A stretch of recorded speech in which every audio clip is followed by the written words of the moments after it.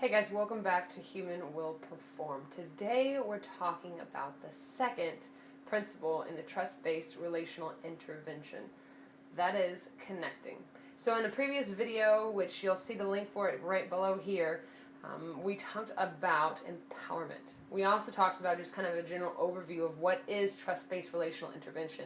And it is a specific type of therapy, or a set of tools really, that we use to help parents like you work with your kids who have been in the foster care system, who have been adopted, kids who come from hard places, so with trauma backgrounds, as well as just kids with emotional and behavioral issues, regardless if they have been in the foster care system or adopted. So really this is for pretty much any type of child who has any type of emotional or behavioral issues, but specifically with kids with trauma. And so in the empowering section, we talked a lot about how do we empower our little kids, right? How do we empower them through their physiological needs? How do we empower them through their ecological needs?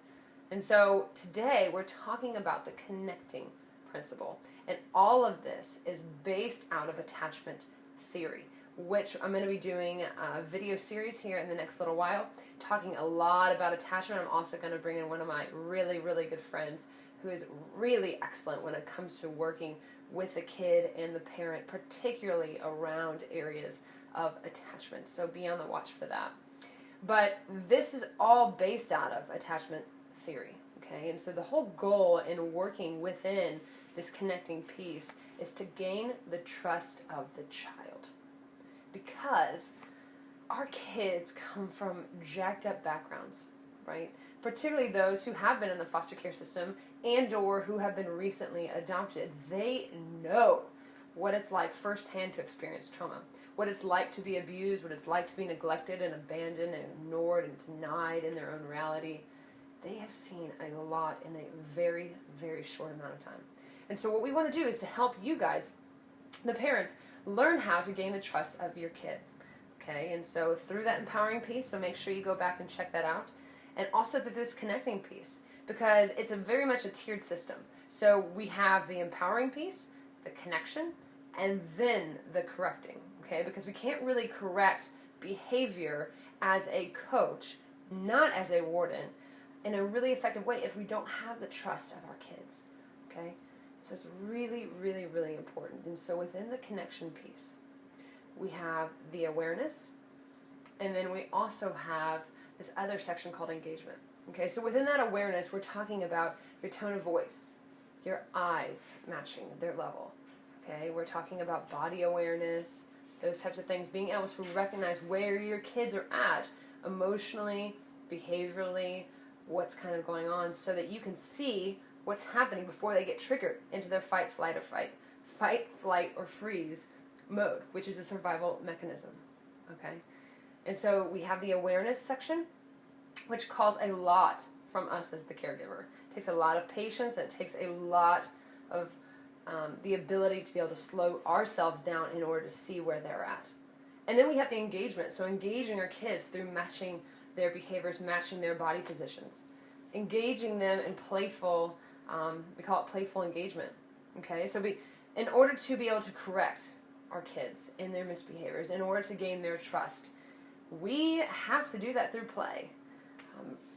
I know as adults we don't play very much, and so it's just as helpful for us as the caregiver as it is for our little kids.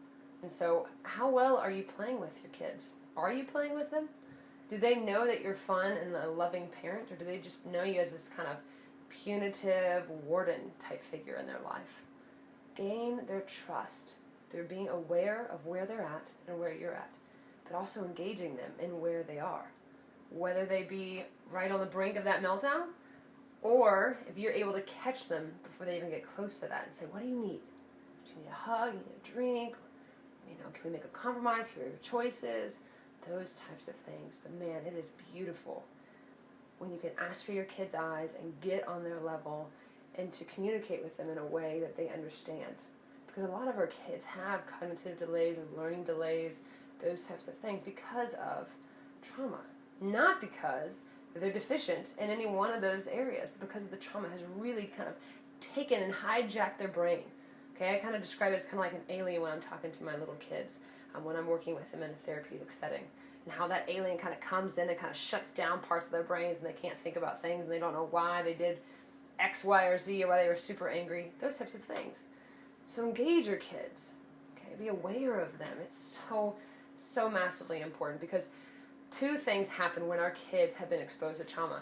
Hyperactivity, thus all the ADHD symptomatology, right? So hyperactivity, but then also dissociation. Both of those things are a way for your kids to disconnect and to self-protect. Because if anything about their life that's taught them is that the caregivers in their lives can't be trusted. They haven't been able to show up for them. They haven't been able to protect them and provide for them and love them in the ways that they needed. And so they're going to look at every opportunity to disconnect from you as their primary caregiver. And so we want to come in and help you empower them and learn how to connect with them in a really fun, healthy way, so that when it does come down to you having to correct their misbehaviors, they're going to know that they're precious, that they're loved, and that you're on their team and that you're safe. So, empowerment and connecting.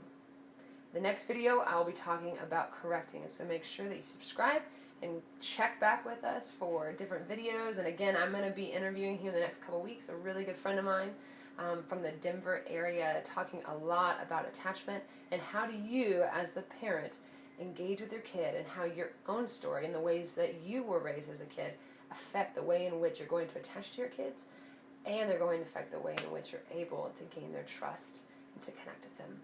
So until next time, we'll see you later.